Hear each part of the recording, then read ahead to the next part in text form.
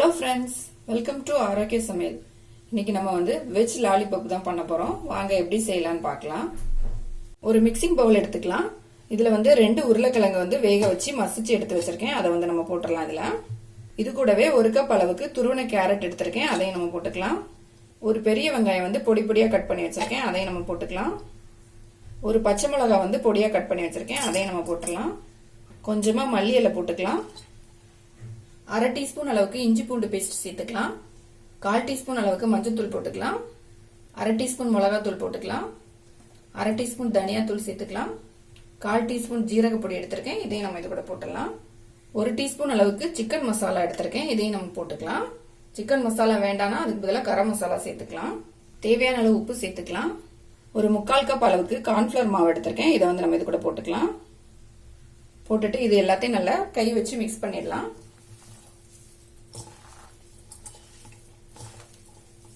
மசாலா எல்லாத்தையுமே நல்லா ஒண்ணா மிக்ஸ் பண்ணி எடுத்துக்கிட்டேன். கையில கொஞ்சமா ஆயில் தடவிக்கலாம். தடவிட்டு இதுல கொஞ்சமா நம்ம இந்த உருளைக்கிழங்கு மசாலா எடுத்துக்கலாம். எடுத்துட்டு இந்த மாதிரி உருட்டிக்கலாம். லைட்டா இந்த மாதிரி தட்டிட்டு நான் ஐஸ் குச்சி எடுத்திருக்கேன். இதை நம்ம சென்டரா வச்சுட்டு இதை க்ளோஸ் பண்ணிக்கலாம். அப்படி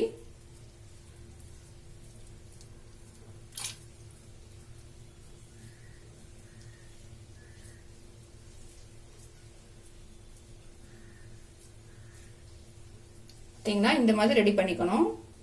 எல்லாத்தையுமே நான் ஐஸ் குச்சியில வச்சு இந்த மாதிரி ரெடி பண்ணிக்கிட்டேன். ஒரு சின்ன பவுல் எடுத்துக்கலாம்.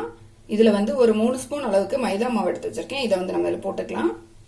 போட்டுட்டு இதுல கொஞ்சமா தண்ணி சேர்த்து நம்ம திக்கா கரைச்சி வச்சிடலாம். இப்ப தண்ணி ஊத்தி கரைச்சிட்டேன். மாவு இந்த அளவுக்கு இருக்கணும். இந்த பாருங்க, ஸ்பூன்ல இந்த அளவுக்கு ஒட்டுற மாதிரி இருக்கணும். ரொம்ப தண்ணி சேர்க்கண்டாம். இப்ப நம்ம ஐஸ் குச்சியில இந்த உருளைக்கிழங்கு வச்சிருக்கோம்ல, அதை எடுத்துக்கலாம். இதை எடுத்துட்டு நம்ம மிக்ஸ் பண்ணி வச்சிருக்க இந்த மைதா மாவுல போட்டு இந்த மேல் பக்கம் நல்லா கோட் பண்ணிக்கலாம் மாவை.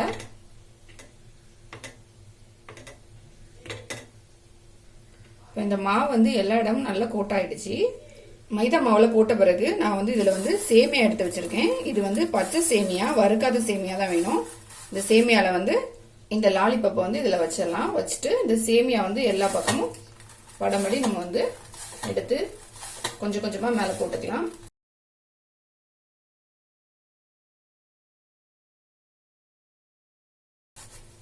இப்ப நம்ம கை வச்சு லைட்டா பிரஸ் பண்ணி விட்டுறலாம். பாத்தீங்கன்னா சேமியா எல்லா இடமும் நல்லா கவர் ஆயிடுச்சு. நம்ம இதே மாதிரியே எல்லாத்தையும் ரெடி பண்ணிடலாம். இப்ப நான் எல்லாத்தையுமே அழகா ரெடி பண்ணிட்டேன்.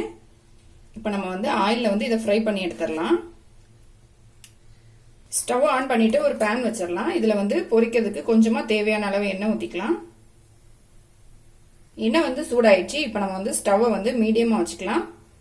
வச்சுட்டு நம்ம ரெடி பண்ணி வச்சிருந்த லாலிபப்பை நம்ம எண்ணெயில வச்சு ஃப்ரை பண்ணி எடுத்துக்கலாம்.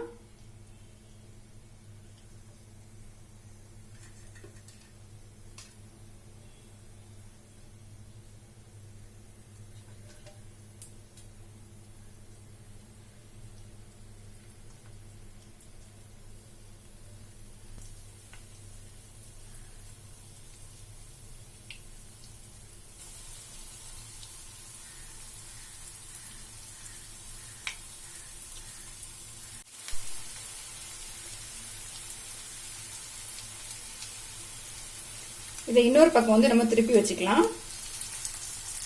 எல்லா சைடும் கோல்டன் பிரவுன் கலர் வரணும். அதனால நம்ம ஒவ்வொரு பக்கமா திருப்பி வச்சு இதை ஃப்ரை பண்ணி எடுத்துடலாம்.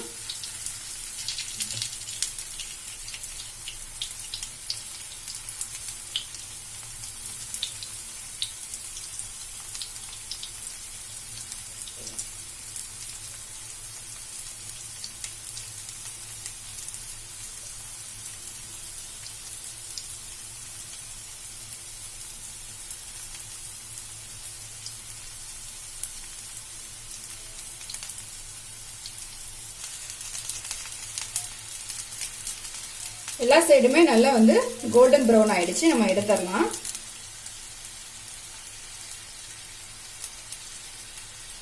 நம்மளோட வெஜ் லாலிபப் ரெடி ஆயிடுச்சு. நம்ம மீதி இருக்க எல்லாத்தையும் இதே மாதிரி ரெடி பண்ணிடலாம். நம்மளோட வெஜ் லாலிபாப் வந்து ரெடி ஆயிடுச்சு. இது வந்து குழந்தைங்களுக்கு ரொம்ப பிடிக்கும். கண்டிப்பா ட்ரை பண்ணி பாருங்க. இந்த வீடியோ உங்களுக்கு பிடிச்சிருந்தா லைக் பண்ணுங்க, ஷேர் பண்ணுங்க. மறக்காம என்னோட சேனலை சப்ஸ்கிரைப் பண்ணுங்க.